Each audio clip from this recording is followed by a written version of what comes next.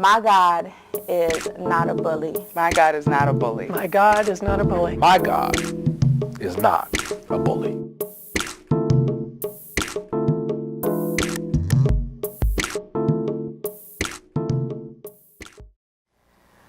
Reconciling my faith with my sexuality has been this continuous process of finding community, growing in my faith, and also learning more about myself. I struggled a lot with depression when I was younger, and I remember at one point, one of the churches I was attending, the clergy there sought to heal me through the laying on of hands and speaking in tongues, and it was this very scary, traumatic ordeal which sowed this belief in me that God was scary, did not like who I was, something was really wrong with me. When I joined a church a few years later and realized that I was gay, I came out to my pastor and I just confessed to him, I'm gay, I haven't really done anything about it yet, these are just feelings I'm having. And he told me that it was against God, it was a sin, and that we should pray about it. And this was the same message I got from my voice teacher. At the time I was taking voice lessons, and because I was in the choir at church. And she had me, when I came out to her, read passages from the Bible where God created Adam and Eve. She had me read the passage from Leviticus stating that it was an abomination, and just sort of reaffirming this fear I had that I was going to go straight to hell. When I came out to the other youth in the choir, they stopped talking to me, and I stopped enjoying being a part of the youth choir. I just dropped out.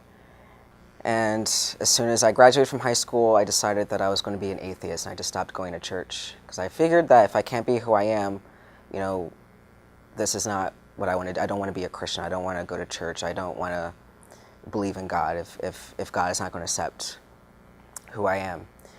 Years later, after I was almost done with college, I came across an ad in the local gay paper that was in the religious section, spirituality section, and it was a church that was black and open and affirming. And I checked out the church, and it totally blew my mind. It was the first time I had seen black clergy talking about homophobia from the pulpit, and it was a really great experience for me to find that community. And when I moved to Chicago, which is where I currently live, I found another church, Trinity United Church of Christ, another open and affirming church. So being a part of a community has been really important to me. I'm in the men's choir at that church, and actually I sung a song in the choir that I hadn't sung since I was in that youth choir at my first church. And the song was "The Storm is Passing Over," and when I was singing that song, it brought tears to my eyes because the last time I sung this song, I was not in a place where I could be myself. I felt ashamed. I was in a very bad place, and I felt that a storm was actually passing over, and it was just so great to be in that community, in that choir. So that was the part that finding community had played in terms of reconciling my faith and my sexuality. And the personal journey has been probably the hardest part for me. I think that my faith shapes how I live my life, not seeing myself as a mistake, as not seeing myself as something I should be ashamed of being, but instead seeing myself as a child of God and living my life that way. And also,